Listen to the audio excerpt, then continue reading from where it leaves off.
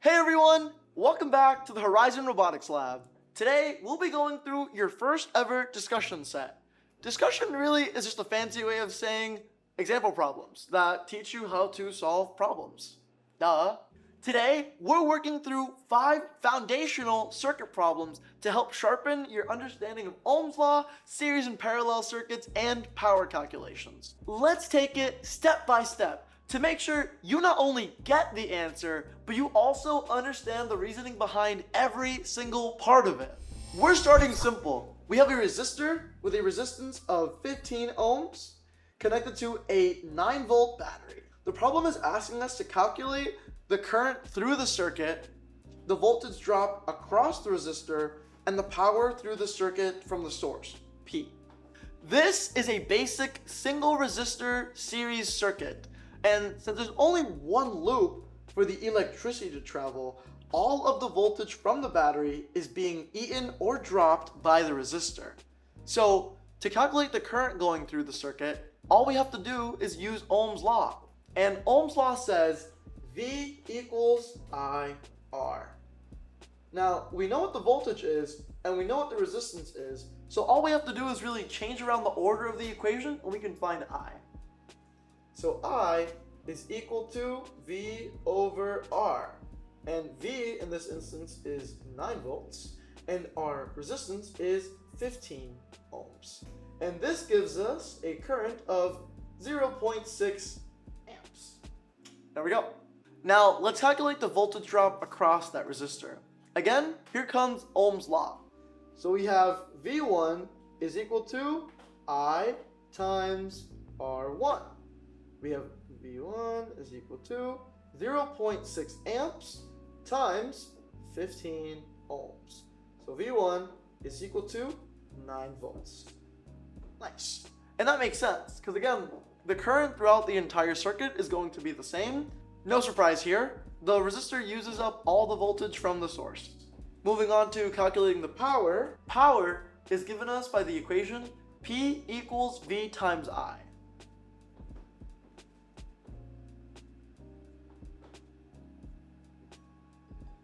And in our circuit, we know that the voltage is 9 volts and our I is 0.6 amps.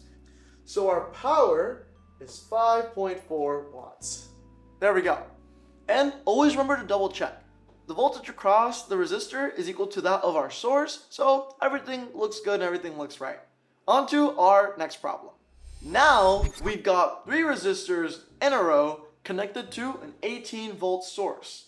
When resistors are connected in a row, we know that they're in series because they're connected one after the other and that there's no alternate branch for current to go through.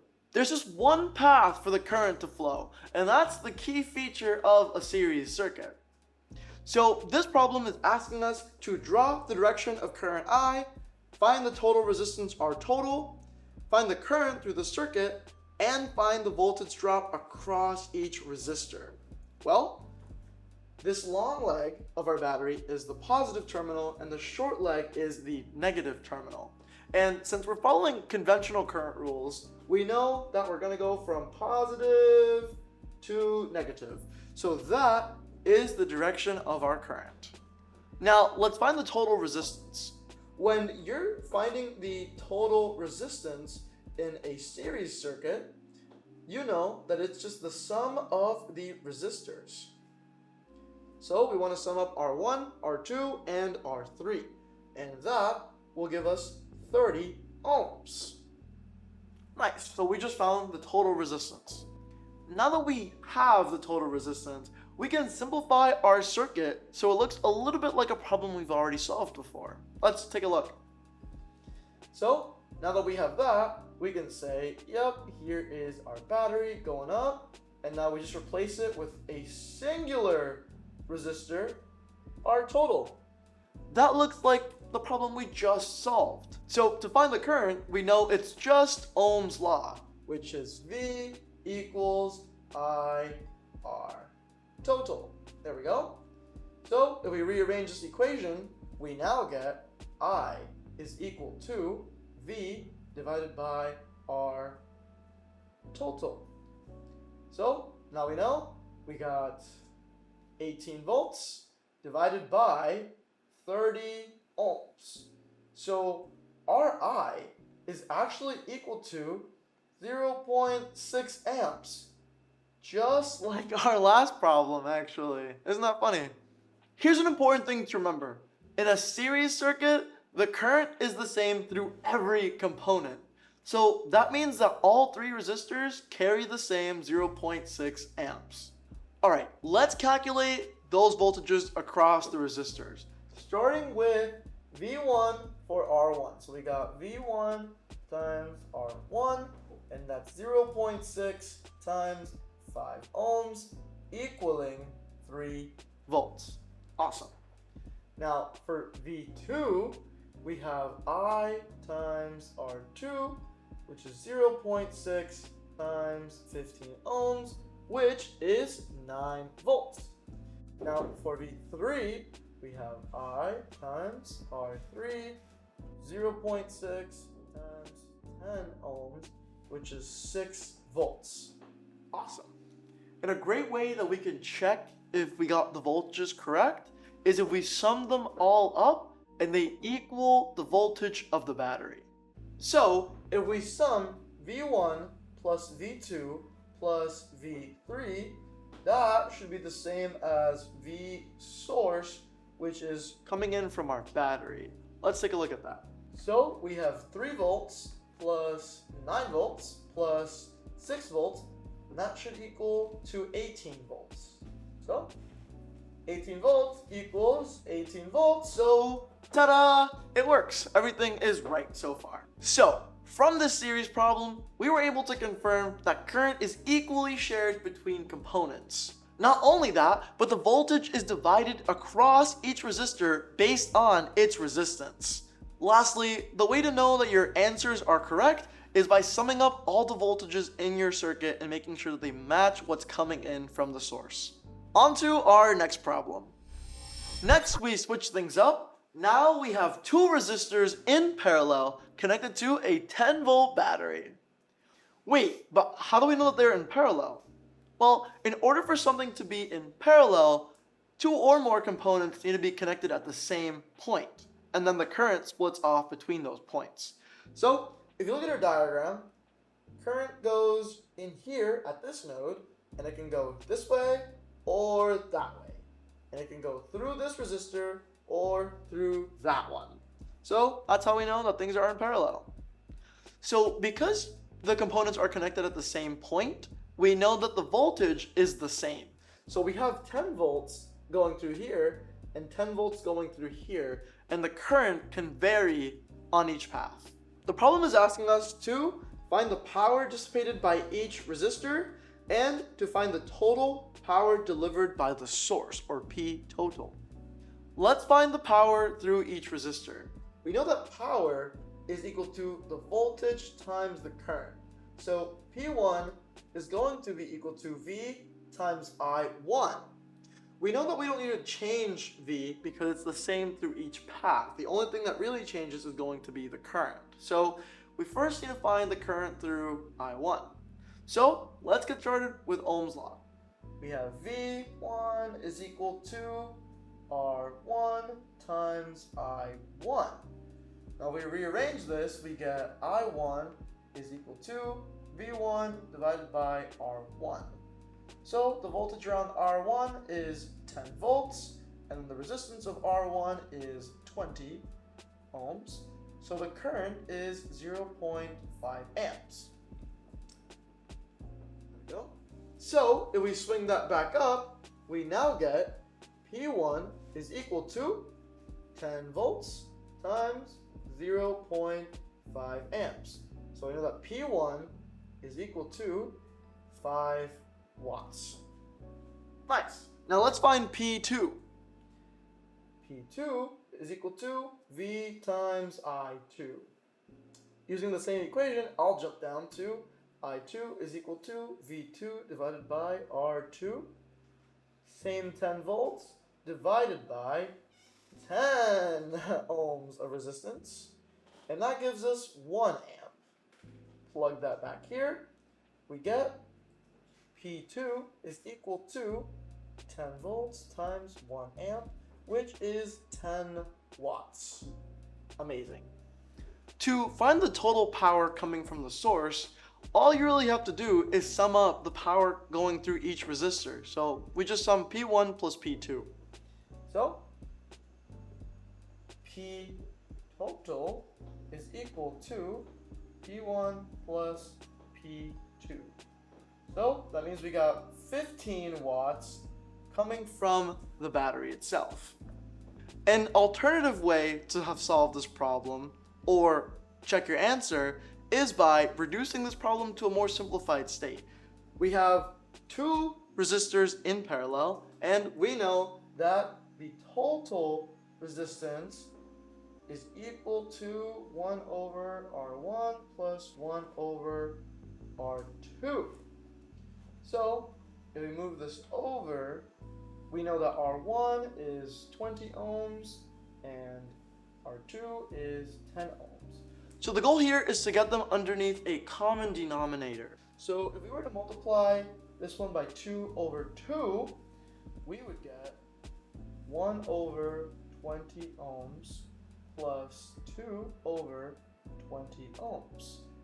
Equivalently, this is the same thing as this over here, because we multiplied it by 2 over 2, which is really just 1, but we wanted to get them under a common denominator. So now we have 1 over 20 ohms plus 2 over 20 ohms, and that gives us 3 over 20 ohms. And if we flip that, we get our total is equal to 20 ohms over 3. Alright, yay! That gives us a little bit of an ugly fraction, which is not that fun to work with in this example.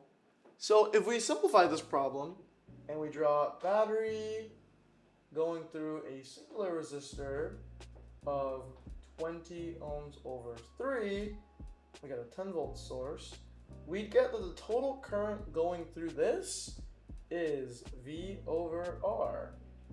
So we have a voltage of 10 volts, and we have a resistance of 20 ohms over 3. And because, thank God I actually left it as a fraction, because of this, we can move this 3 up to the numerator, and we have I is equal to 10 volts times 3 over 20. So this is 30 over 20, which tells us that our current is 1.5 amps. And so if we were to calculate the total power going through the circuit now with this total current going through the circuit, we'd get P total is equal to voltage from the source times the I. So we have P total is equal to 10 volts times 1.5 amps, which is 15 watts. Everything checks out. And obviously this current matches up with everything that we got as well. It was just split between the two branches. One branch had 1 full amp going through, the other one had half an amp going through. When you sum them all up, we get 1.5 amps, which is what we got earlier. Nice. Okay, here are our key takeaways for parallel circuits. In a parallel circuit, each branch has the exact same voltage. The only thing that really differs is the current. The current differs depending on the resistance of that branch. Last but not least, the power from each branch can be summed up to tell us the total power running through the entire system. Cool, now let's try moving on to a different problem. Now this is getting interesting. We've got a series parallel combination circuit. In this instance, we have a resistor in series with a parallel combination of 12 ohms and 4 ohm resistors. The problem is asking us to calculate the total resistance in the circuit, the current supplied by the source, and the voltage across each branch. Let's take a look at that. When solving a series parallel combination circuit, the first thing you want to do is simplify your circuit as much as possible. That'll make it so much easier to solve for everything else. So in this instance, to simplify this circuit, you want to simplify this parallel connection into the equivalent resistance of the parallel combination. So our equivalent resistance is equal to 1 over R2 plus 1 over R3. And just remember, R1 is 6 ohms, R2 is 12 ohms, and R3 is 4 ohms. There we go. So if we move this over, we are at 1 over 12 ohms plus 1 over 4 ohms. There we go. So if we multiply the 1 over 4 by 3 over 3, we get them under the same denominator. So 1 over 12 ohms plus 3 over 12 ohms. And if we add those together, we get 4 over 12 ohms. So if we flip that, we'll get that the equivalent resistance is actually equal to 12 ohms over 4, and that is equal to 3 ohms. Very nice. So if we redraw this circuit, we'll get battery connected to R1 connected to our equivalent going back to our battery. So now this simplified version of our circuit is a series circuit. It is now a series circuit, and we have plenty of experience solving those, right? We know that our total, or the total resistance, is just the sum of the resistors in a series circuit. So we sum up R1 and we sum up our equivalent. So our total is equal to 6 ohms plus 3 ohms. So our total is equal to 9 ohms. There we go. Nice. Our total resistance is 9 ohms. Now on to solve for the rest of the stuff. So now that we've reduced our series circuit, we can just say we have our battery connected to our total right here, our total. So to find the current going through the circuit, it's just Ohm's law.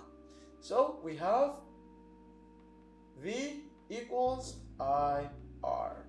So our voltage coming from our source is 9 volts, and we don't know I, and we know that the total resistance is just 9 ohms. If we flip that around, we get that I is equal to 9 volts over 9 ohms. So our current is 1 amp. There we go. So I is equal to 1 amp. Okay, now let's find the voltage across each branch. So finding the voltage across each branch is actually surprisingly really easy. And we have a shortcut because we know what the equivalent resistance is, which now we'll call R parallel. Our R parallel is just 3 ohms. And so if we were to use Ohm's law to find out the voltage being dropped across these two, we know we have V parallel is equal to I times R parallel. And that tells us that V parallel is equal to 1 times 3 ohms. And that is 3 volts. So across each branch, we should expect 3 volts are being dropped. So the reason why we can use this shortcut is because when we have them simplified in a series circuit, we know that the current flowing through each component is the same. So if R1 experiences 1 amp, then 1 amp should be going through the parallel circuit. It's just split differently between each resistor.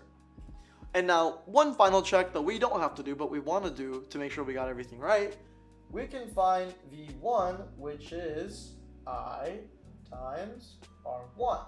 So V1 is equal to 1 amp times 6 ohms, which is 6 volts. If we sum up what's going through the parallel connections with the series connection, then we should get 9 volts, which is the voltage of our source. Cool, so we get 6 volts from the 1 and 3 volts from our parallel connection. Summing up all of those, we get 9 volts, which is the voltage from our source. Awesome. So, in a series parallel circuit, always simplify the parallel parts first, and then treat it like a series problem and sum up all of the resistances to get the total resistance. And once you have that, you can work backwards to find each branch's voltage value.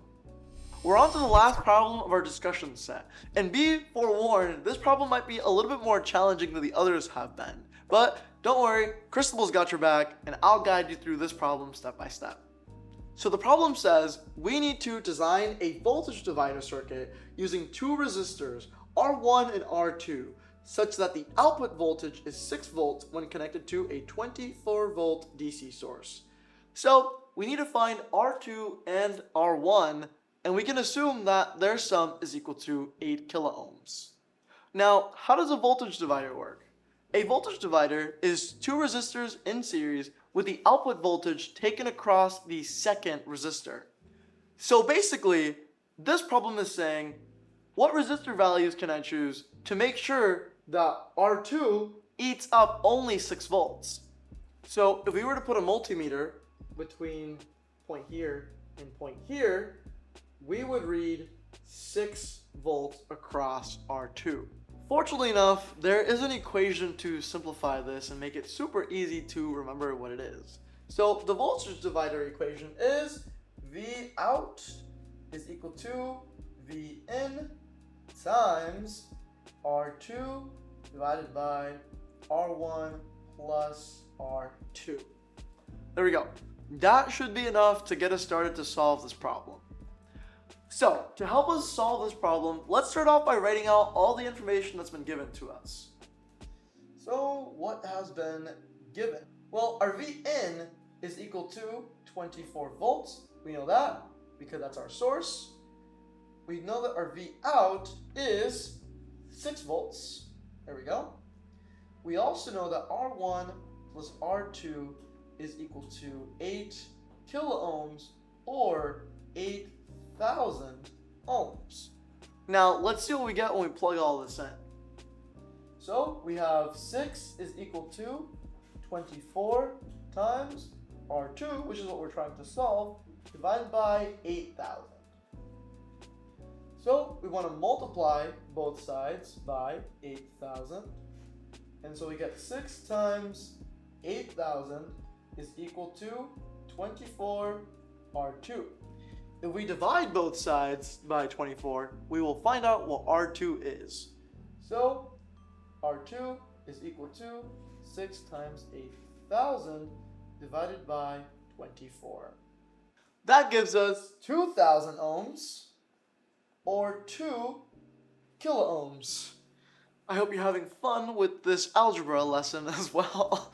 Cool, so we know R2 needs to be 2 kiloohms in order for us to get 6 volts out. So if R2 is 2 kiloohms, if we know that R1 plus R2 is equal to 8 kiloohms, we know that R1 is equal to 6 kiloohms. Very nice. So this little 3-dotted symbol I drew right there just means therefore. It's a scientific notation that kind of just says therefore, that way I don't have to write it. Alright, moment of truth. Let's see what we got. Let's just double check our answers. So V out is equal to 24 volts times 2 kiloohms divided by 8 kiloohms. There we go. That says 24 times 1/4, and lo and behold, that is the 6 volts that we need out. Perfect! We just solved the last problem. And voltage dividers are literally everywhere. They're in sensors, signal scaling, and so much more. One final thing I want to leave you off before we close off for today is when you're working with a voltage divider, typically what we do is we take V out right here. So we add a wire and we put it somewhere else and we read what the voltage is at that point. And since we know what voltage is going across R2, we know what the voltage is at this point, which we'll call point A, that we put a wire to jump out of. So if we have V out going through R2, we know that just before it gets to R2, we have V out right here, which makes it really easy for us to read. So as long as you know what the total resistance is and the desired voltage, you can easily design one with this very equation. Great work! We covered a lot today, from basic Ohm's law to power through parallel circuits and even designing your own voltage divider. Seriously, these are the building blocks for understanding how real-world electronics behave, and you're doing a great job at attacking these. Next up, you have your very first problem set, with problems similar to these and some more challenging to push you along. Good luck, and I'll see you in the next one. If you like what you've seen so far, you should visit our website and check out our electronics and coding kit. It comes with all the videos, all the lessons, all the code, all the labs, and all the project files. So yeah, link in the description and happy learning.